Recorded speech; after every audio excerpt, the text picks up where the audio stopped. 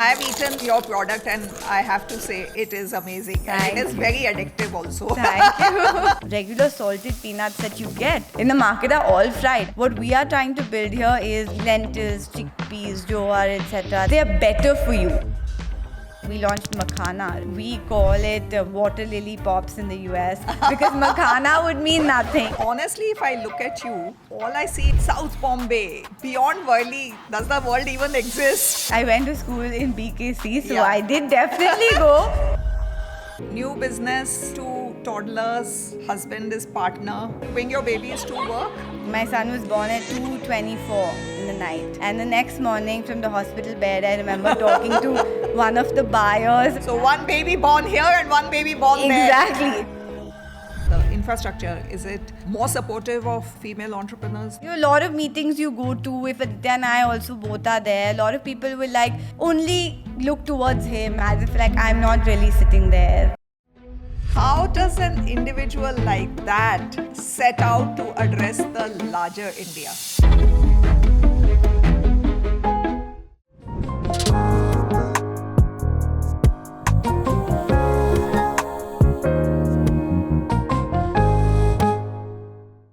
Hello and welcome to Beyond Pink. My guest today is someone who has embarked on a journey to change the way India eats snacks. Aarti Kochar Kazi is a systems engineer and MBA from Harvard Business School and has chosen to step away from all that to become a snack maker under the brand Thali. In this conversation, we are going to delve into the intersecting worlds of the Indian consumer market, female entrepreneurship, recasting the comfort zone while raising two children. Welcome to the podcast, Aarti. How does one end up jumping into the Indian snack market? What was your thought to compete with the Haldirams and the Prabhujis of this world? How did you even think about it? I know. I don't know what I was thinking, honestly. No, but jokes apart, I think, India, of course, is a taste first market, Yes. right? Yes. And snacking is a very kind of personal, emotional, there's a lot of emotion around. Emotional is the Yeah. word. Snacking is emotional. Very, very Yes. emotional, right? There's so many different parts of your day where kind of snacking, day or night for that Yes. matter, right? Where snacking is a part of it. And what we realized is, how can we kind of come up with products that, of course, retain the fun of snacking, the great taste, right? Because that's what snacking is about, but make them better, right? And Better that's how? when better ingredients, giving them, adding something that might be more functional to it, just cleaner than what we grew up eating. So how can we take snacks that we all love, right? But improving it. And it doesn't have to have all the artificial ingredients, etc., that used to be there. They don't always have to be fried. It doesn't have to use palm oil, right? There are a lot of ways to come around a lot of these aspects of snacking that make them very unhealthy. Not to say that I never ever use the word healthy in snacking or in anything we're building. It's better for you, yes, but healthy has a very, very different connotation, right? According to me, if you want to be healthy, you should eat like cut up salad without mayo, without any of the dressing, right? Just with like salt Boring. salt and like lemon, right? That's healthy. So I think basically healthy means boring also. yeah, I mean, healthy in its pure sense, Yeah. right, is very different kind of food. When we say healthy, when it comes to these are healthy snacks, right, or these are healthy this and healthy that, yes, they are better for you. Can you really call them healthy? I guess everyone's definition of healthy Yeah. is different. But what we are trying to build here is, take products that we grew up eating, that people love, and make them better. Right, our protein puffs is kind of one such example, right? It's modeled around cheese balls. We all Yes. grew up eating Yes. cheese balls. But the whole thought was, how can we, have the same form factor, give the same kind of taste and that feeling and happiness of snacking, but it's not kind of deep fried, doesn't have, crazy amounts of oil, and it's still giving your body something better, right? Like our product, the protein puffs I was talking about, is a mixture of different kind of protein sources. So like lentils, chickpeas, jowar, etc. That all kind of come together, and something that anyone and everyone can eat, right? So that has been the thought behind Thali and kind of launching this brand. And our kind of goal and aim is to really be India's kind of next generation snack brand, right? And we hope that this brand can kind of last beyond all of us and be the snack brand that the new India kind of, is fueled on. While you were talking, what occurred to me is that the new India you imagine is in some ways very like the old India. And what I mean by that is that in the good old days, before packaged snacks became such a Yes. big thing, Yeah. what were we eating? We were eating singdana, Right, peanuts, roasted right. peanuts from the street, Right. and chanachur Yeah. from the street. Right. So no added salt, no oil, Correct. straight off the fire, Right. fresh. Right. That's what we had been eating. Of course. And that was our whole, like, we actually, it's funny that you say kind of singdana, right? Roasted peanuts is a large product line for Yes. us, right? And that was the whole, it was modeled around that, because because I grew up eating singdana from the streets, like Yeah. you mentioned, right? And it was always warm. And it was roasted, right? Yes. And we knew that. And then when I moved back, like for so many years, I didn't realize that the peanuts, like this regular salted peanuts that you get in the market, are all fried. I had no idea. I didn't realize that. I didn't know that either. Exactly. Yeah, So I they're didn't know all that. like salted peanuts, they're all fried, and you just eat them without Yeah. realizing. Yeah. And I looked back to exactly this part of my childhood, and I was like, we all grew up eating these roasted peanuts on the street, and they tasted as good, right? If not better. And I was like, why do the peanuts need to be fried, right? And that's how we came up with the packaged form of the roasted peanuts, in fact. Right. And we have, touchwood, seen great kind of feedback on our product, Sure. and I great growth have so eaten far. your product, and I have to say it is amazing. Thank and it is you. very addictive also. Thank you. But as I said, it's snacking, right? Yeah, snacking. Snacking is no fun if you don't crave it like Oh, a little yes. bit more. So Yes. as I said, we worked really hard on making sure that, it tastes great. Yeah. But you just feel like a little bit less guilty, Yeah. eating it. And we really are working hard towards growing this brand across the country. Now we're available nationally, and are growing across different channels, and really hope that we can one day be as large as a lot of these brands that we grew up eating. You started your business in the US. Yes. And then, of course, COVID happened and you moved to India, and then you realized that Launched here. presents a huge opportunity. Right.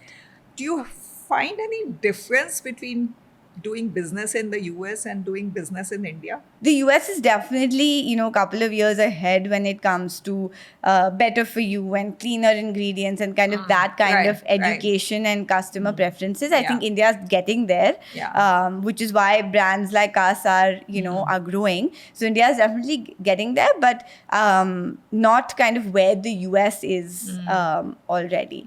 And, of course, when we launched Thali in the US, we launched Makhana, right, as the product. So that was a very tall task unto itself, right? Yes. Because we lived there for a long time. Our whole thought was, we've seen a lot of ingredients becoming mainstream in the US. So Right. whether it is, Japanese ingredients or, Chinese, all different kinds Yeah. of ingredients, Different Middle flavors. Eastern, Yeah. all of that was becoming mainstream. And even Indian flavors, so to speak, like there's been a huge rise of, consuming Indian food, right, in the US, etc. But in the snacking aisle, right, or in the snacking space, the Indian snacks, your bhujiyas, etc., were kind of cubbyholed into only Indian people snacks. of Indian origin eating Yeah, it, yeah. right? It really wasn't something that was available in the mainstream aisle of any grocery store. It would be there in the ethnic aisle where, your very Indian things would be there. And I remember coming back for my winter break, and that was the time in India where this ready-to-eat makhana was becoming popular, which even yes. earlier wasn't popular even in India, right? No, it was wasn't. just in its raw form. And it was becoming popular. I think it was declared a superfood, and then suddenly exactly, and then suddenly all the stores had it. And I remember, everyone here being like, "Oh, take this back with you, right? Like it's you now get it in this form because there's no way over there in college we would Seiko and eat it. So you're like, take these packets, like have." And I remember taking it back, and Aditya and I would have it in our apartment, and a lot of our friends would come over and they would just try it and like, "Wow, what is this?" And they really enjoyed it. And that's kind of how the idea, it came up from nowhere, right? Through this kind of personal experience where we're like, okay, makhana was a product we launched. We launched it as a, like a superfood popcorn. Popcorn is huge in the US. It's a very, very big category. So like a superfood version of popcorn. We call it water lily pops in the US because makhana would mean nothing. And it's a pop water lily seed. So we call it water lily pops. And that's how we launched there. I like that, water lily pops. Yeah. The whole goal was, I wanted really Indian ingredients and made in India products to kind of become mainstream. And the Whole Foods is change the world in your own little way. In my own little way. And which I think is the hallmark of every entrepreneur. Change the world one step at a time. I couldn't agree more. I couldn't agree more. And I remember the pride that we had when our product was on the shelf of Whole Foods, right, for the first time. And it was in the regular snacking aisle next to like quinoa puffs and all your kind of better for you kind of products. And that was, it was Did you take pictures? So many pictures with the product outside the store, like so many such photos because it was such a proud moment. And, that time I felt that, okay, I kind of was able to bring an Indian product, outside the country, like on the global map. And that was a great feeling. You are in the customer goods business, and we, all of us in our management studies, even I at some time, unbelievably, even I went to a management school, and we were taught that, marketing is the core of any customer business. Right. And therefore, if you are a marketing-minded person, now, my question to you, therefore, is that are you an instinctive marketer or can you learn marketing? For me, I think I have more of the flair of the product and the brand. So I think, today, especially in such a competitive space, I think having a good product is a given. Right, I don't think you can succeed without that. Right. But having a great product is not your path to success. Right, I think Let's hear more about that. I think there are a lot of good products that have failed, right, in the past. So I don't think that, I have a great product and that means that's my guarantee for success. I don't believe that. Having kind of gone through the journey till date, it's all of it, right? It's getting the right distribution. It's how you're getting in front of the customer, how you're even spending your money at the right time, right? You can have a great product, be very confident about it, and then spend a ton of money on marketing it. But then if your product is not available anywhere, right, and you don't have the right distribution, a lot of that effort, time, money that you spent on marketing it kind of goes down the drain. Because today customers have so many options, right? And with the way kind of digital media, social media, etc. is, customers, attention span is very, very low. They'll forget it. In a snack aisle, you're never going to say, "Main kal aunga." Exactly. Exactly. You'll see something else and you'll kind of buy something else, right? So I think that, a lot of the timing of those things is very, very important, which is why, for a customer, it's always nice and it's great kind of brand recall if you see it in different parts of your life or different parts of your day, right? So whether it is, when you're online looking, at one of the online channels, or when you go into a grocery store, or, you're at work and you see it in a vending machine. I think it's very important for brands to kind of be omnipresent as Jump well. at you everywhere. Yeah. So therefore, I think, distribution is very, very important. And then, of course, marketing, of course, continues to be, but you just have to make sure that you're doing it at the right time and giving it enough importance at the right time, and not, at the wrong time. When you started off this conversation, you said that you wanted to address the larger India. And honestly, if I look at you, all I see in front of me is a very, very tiny India. South Bombay, elite schools, elite universities. How does an individual like that set out to address the larger India? I think, it's really kind of what I've motivates heard many you. people from your profile say that beyond Worli, does the world even exist? Did you my think God, like that? There are so many of these one-liners that we get. But no, I mean, my school, I went to school in BKC, so I did definitely go Step outside Worli. beyond Worli. But no, I know there are a lot of these generalizations. But my first job that I did, right, and I remember going through 8, 9, 10 rounds of interviews for that job, amongst obviously all the other hundreds of other jobs that I applied to. And I remember even kind of with this South Bombay tag that a lot of people have, I remember overhearing a lot of people who were, working with me saying, it must have been so easy for her to get the job. Right. I know a few months after we started this, how kind of people talk to someone, said, what is she doing after coming back from Harvard? And then someone was like, nahi, wo makhana bech rahi hai, right? So the way kind of people, say it, I think there are a lot of those that, she's come back and now they're kind of selling makhana. Doing nothing pretty much.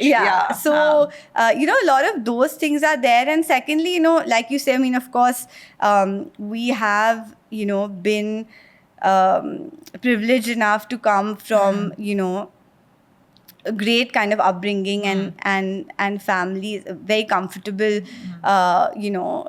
childhood and upbringing. But this is something that, Aditya and I have wanted to kind of do on our own, right? Build for ourselves, you kind of like all in, both of us together, and kind of build from scratch. And that's what kind of drives us. And I think a lot of it also comes from what you've seen growing up, right? So what did you see growing up? So for me, my parents didn't come from, very kind of well-to-do families, or, they kind of had to build a life for themselves. And they were very young when I was born. So I'd seen a lot of that. Yes, they were, they worked very hard and they were very successful, later on in their life. But I did see, the kind of hard work that they put in. And for them, work was beyond everything, right? My mom has always been a professional, my father an entrepreneur. And I think what kind of motivated me to do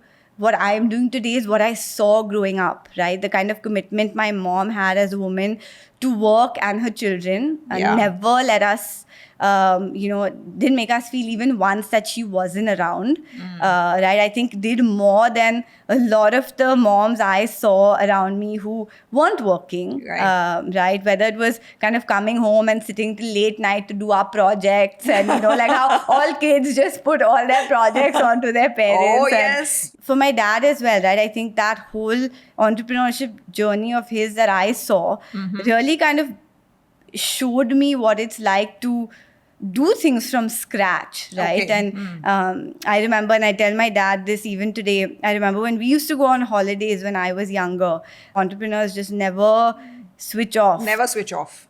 And I remember we used to go for holidays, and even on holidays, like my dad would be in one corner, like on a work call, or he would, kind of be like doing his own notes, making his own kind of task list, etc. And I would be like, oh my God, we're on holiday. Like, why are you working even now, right? And that would always bug me so much. And now I tell him, I remember sending him a message a few years ago when we had started and I was on a holiday. And I was sitting, on the beach. I remember on a beach chair in front of the ocean, and I was working, and I was like, "This is crazy." And even at that time, my kids weren't born, and even now till date, like my son is 4 and my daughter is 1.5, and my son understands now, and he's like, oh my God, why are you working even now, right? And like, I feel like it's like history repeating itself. And I remember telling my dad, now I realize that, no matter where you are, it's impossible to switch off. So I think, it's a lot of these things that I saw growing up, right? My parents really kind of building a life for themselves, which is what for you, motivated actually, me. it's no switch off squared to the power n because Yeah, you're a because- mom. And then you're an entrepreneur. And husband and wife team together. together. So there is no switching off whatsoever. Ever. Yeah. New business, 2 toddlers, husband is partner. Yes. So what, you bring your babies to work? So my son was actually born, I would say, the same month that we launched in India. And for Oh. us, when we launched in India, it was kind of like a starting from scratch, Right. pretty much. And he was born the same month. And I remember my son was born at 2:24 in the night. Okay. And the next morning from the hospital bed, I remember talking to one of the buyers of like a store where our products were reaching, just to check whether it's reached, whether it's on the shelf. So one baby born here and one baby born there. Exactly. It Wow. was, and our team Yeah. was so small at the time. So I was Yeah. doing everything, we were doing everything on our own, and the whole sales and product and, branding part is what I own. So, Yeah. so I remember having that call from the hospital bed, and I think for my son especially, he's not seen anything else, right? Because right. I've taken my son to work from when he was 3 to 4 months old, right? So he's so familiar with the office. And I remember in my room, like I have permanent those kids' mats in my room. So they come, they play on the mat, they do that thing while I'm in meetings. I have images of my son sitting on my lap and playing with his toys while I'm in a review meeting. So, they're so used to that and so familiar with it that they've never questioned that, oh, why does my mother have to kind of leave me and go to work. There's a lot of guilt and a lot of kind of all that always, comes with it. yes. Always. So if people say that, no, you can figure out how to kind of not feel guilty, that's a lie. I think you're always, when you're in one place, when I'm with them, I'm like, oh, these are the XYZ things at work that are pending that I'm not attending to. When I'm at work, it's always like so much guilt that I'm not with them. But I think you have to learn to live with that guilt and also learn to give your 100% where you are Where at that you are. point in time. True. What are the balls that you are just ready to drop? A lot of the kind of social life angle to it, right? I think the amount of time that I wish I could have given my friends and those pieces or self-care or self-time, right? Yeah. Me time, I think, is kind of non-existent at this point because between trying to build a business and managing 2 kids and, your husband and you kind of doing it together, I think there's so much going on that, of course, we both are extremely fortunate to have a very, close and great group of friends that, we've had growing up, right? Through school, through college, etc. So they're always there.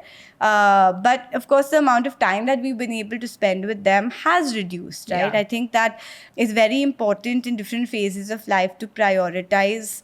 Sure. And that's another Yeah. thing that I think that, I've learned from my parents. So have people stopped saying makhana bechti hai? Are you Finally, a yes. role model now for members in your family or? I mean, definitely. I think now that people kind of see the product around and, kind of go to different stores, see it, and kind of, a lot of our family and family friends, they like always take a photo and send it to my parents or send it to us. So I think that now, okay, people realize that this is not just like sekoing makhana at home, Yeah. packing it and selling it, right? So I think now, of course, people are kind of seeing, They're respecting what seeing you do. that and respecting it, and yeah, we're fortunate to kind of see the business reach where it is today, and very excited to kind of take it forward. Tell me one thing.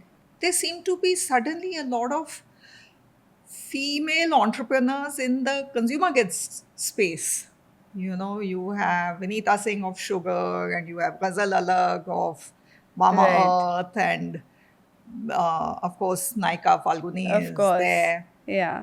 So, what do you think has changed in these last few years that suddenly you have, women making their mark in the in the startup space, in the whole consumer goods space? You have Suhasini of Yoga Bar, Of who also course.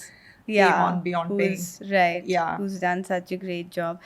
I think women now kind of are realizing, their kind of true potential. And I think that they are willing to kind of take the leap and take the risk and, kind of go for it. And I think that is probably, what is really resulting into a lot of great, amazing women entrepreneurs.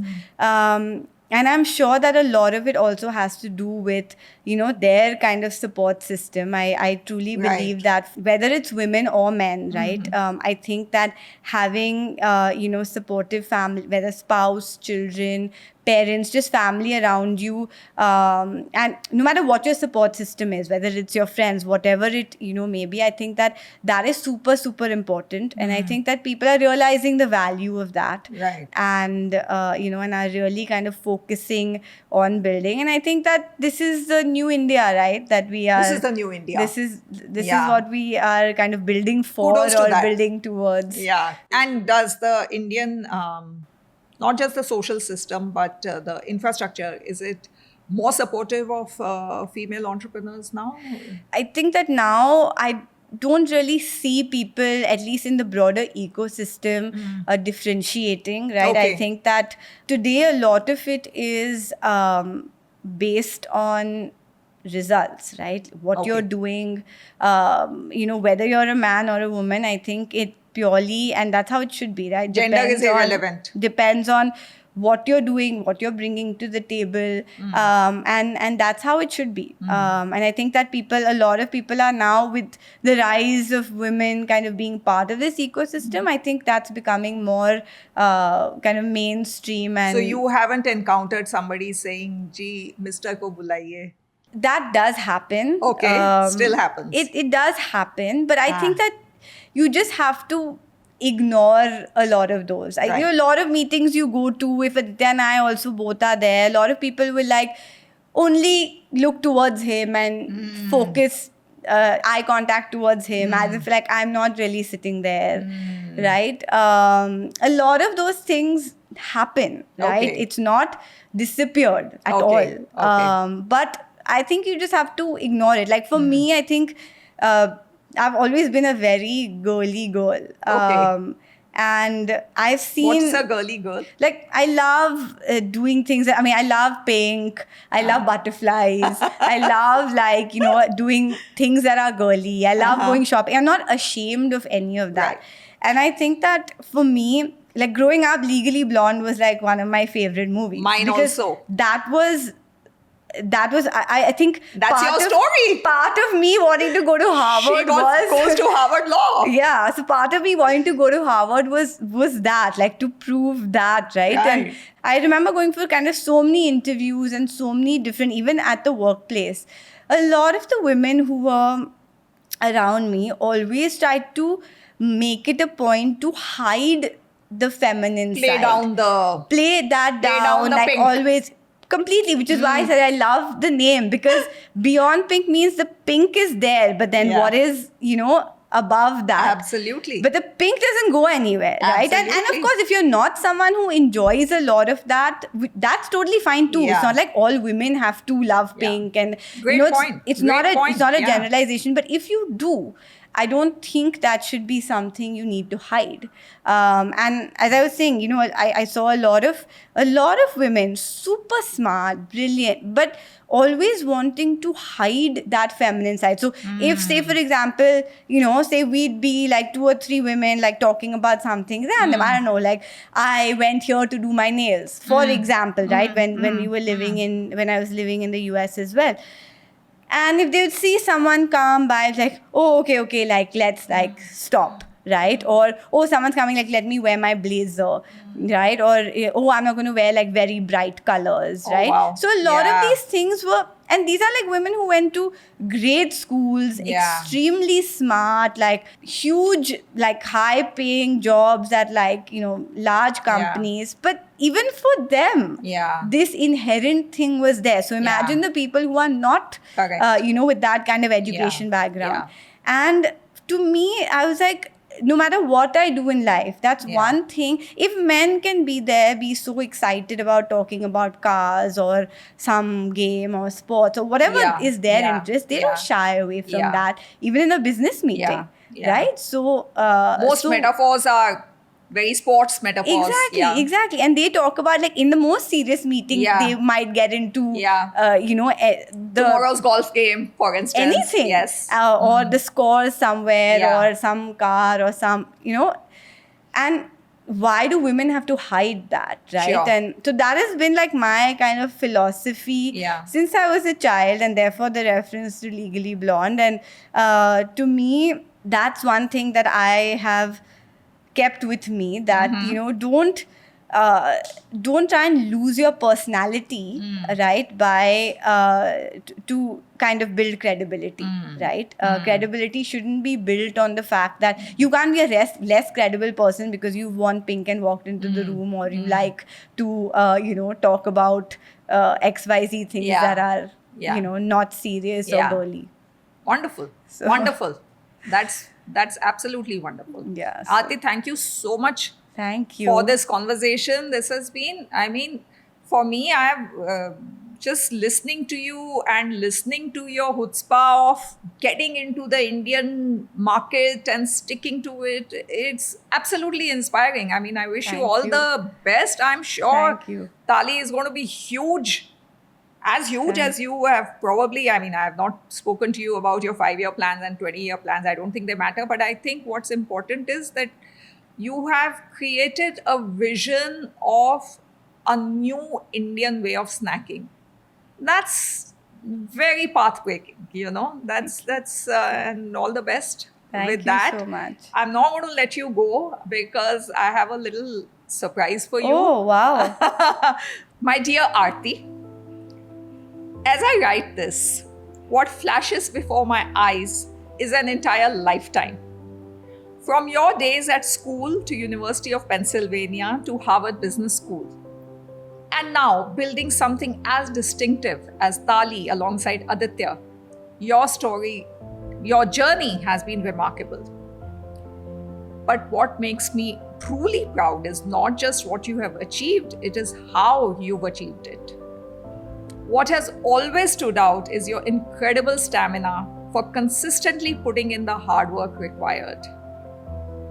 What I admire even more is that despite being so focused and dedicated, you never allow your stress to become someone else's burden. Instead, you face challenges with calmness and quietly find solutions. Most remarkably, I've seen you balance worlds that rarely meet. Studying systems engineering and business on one hand, while also being creative, designing clothes and passion to cook on the other. All of which reflects the versatility and completeness of who you are. But I must say, beyond all your achievements, what fills my heart the most is the person you've always been. A loving daughter, a caring and protective sister, a thoughtful and supportive wife, a daughter-in-law who embraced a new family with warmth and grace, a doting mother to Aryaveer and Aryana, and yes, someone who seems to run her office like a calm, capable leader. And in one of life's sweetest role reversals, I absolutely love how you've now started mothering me, reminding me about my exercise schedules, my diet, and gently stepping in whenever you think I'm slackening. Aarti, as life continues to unfold new chapters for you, don't ever change the beautiful things that make you you. Your love for butterflies, your passion for bangles, or even those pink glasses through which, as your daddy lovingly says, you see the world. Because what makes you truly extraordinary is this: even while seeing the world with hope, warmth, and optimism, you have the rare strength to face its hardest realities and toughest challenges and still remain exactly who you are. And that, my dear, is your greatest quality. With lots of love always, Mama.